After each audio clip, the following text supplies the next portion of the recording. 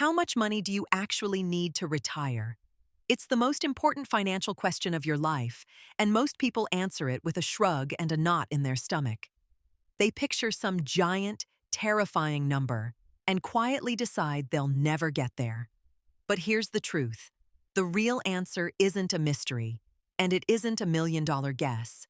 It's a formula you can work out on the back of a napkin. So let's actually find your number, step by step. Ask 10 people how much they need to retire, and you'll hear two answers: $1 million, or I'll never afford it. Both are guesses. And guessing is exactly why so many people either panic and assume it's hopeless, or freeze up and never start saving at all. Neither reaction is based on math. Both cost you years. Surveys show Americans believe they need about $1.46 million to retire comfortably. It's a big, round, scary number. But notice something: almost nobody who says it can tell you where it came from. That's because it's basically a feeling, not a calculation. The number you actually need has real math behind it, and for most people, it's smaller than the headline. There's a reason the scary number sticks around. Fear sells. A frightened saver is a great customer for expensive products and complicated advice. But you don't need any of that. You need one formula and the honesty to look at your own spending. So let's build it. Here's the whole thing. Take what you expect to spend in 1 year of retirement and multiply it by 25.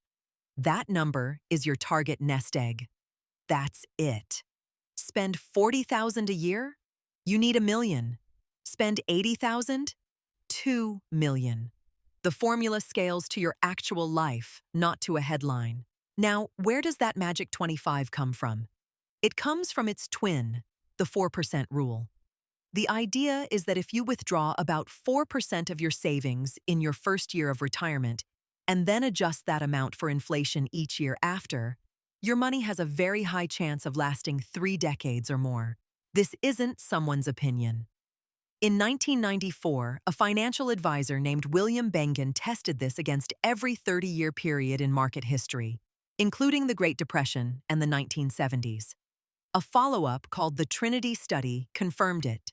4% survived almost all of them. That track record is why we trust the number. So saving 25 times your spending and withdrawing 4% a year are simply two sides of the same coin. One tells you the finish line to save toward. The other tells you how to turn that pile of money into a safe paycheck once you cross it. Let's make it concrete. Say you want $50,000 a year in retirement. 50,000 times 25 is $1.25 million. Suddenly, the giant, vague, scary number has an exact address. It's a target you can actually aim at. But here is the single most important idea in this entire video, the part almost everyone gets wrong.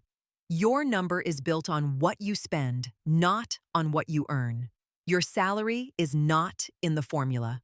Only your spending is. Picture two people who both earn $100,000 a year. Alex lives on $40,000 and saves the rest. Sam spends $80,000. Alex needs a $1 million nest egg. Sam needs $2 million and is saving far less to get there. Same paycheck.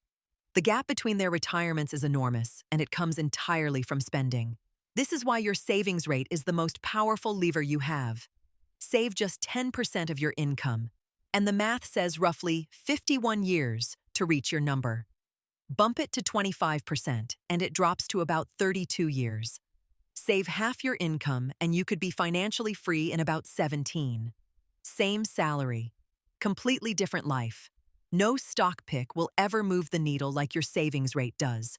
And time is the secret multiplier.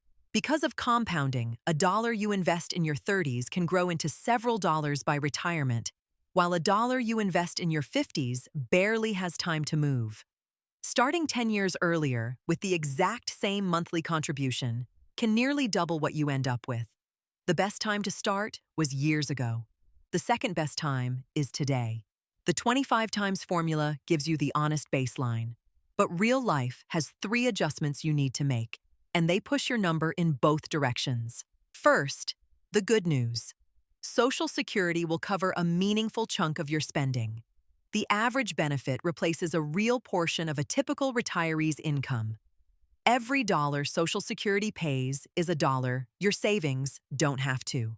So, subtract your expected benefit from your annual spending before you multiply by 25. For many people, that alone knocks a few $100,000 off the target. Second, the sobering news. Healthcare. Estimates suggest an average 65-year-old couple retiring today may spend around $300,000 on medical costs over their retirement. That's not optional spending, and it tends to rise faster than everything else. So build it into the number rather than hoping it away. Third, inflation. The 4% rule already assumes you'll give yourself a raise each year to keep up with rising prices, which is exactly why it works. But it's worth remembering that the $50,000 you spend today might need to be $70,000 or $80,000 in 20 years. Your number isn't frozen. It grows with the cost of living. There's one last risk that deserves a name: sequence of returns risk. It's the danger of retiring right before a market crash and being forced to sell investments while they're down. The order of your returns matters, not just the average. The good news is that the 4% rule was stress-tested against exactly these scenarios, which is why keeping a cash cushion for the first few years is such a powerful safety net. So what do you actually do with all this? 3 moves. First, attack your big fixed costs, housing and transportation, because lowering your ongoing spending shrinks the entire 25 times target. Second, wipe out high-interest debt, since no investment reliably beats the guaranteed return of not paying 20% interest. Third, and most powerful, raise your savings rate, even by a few points a year.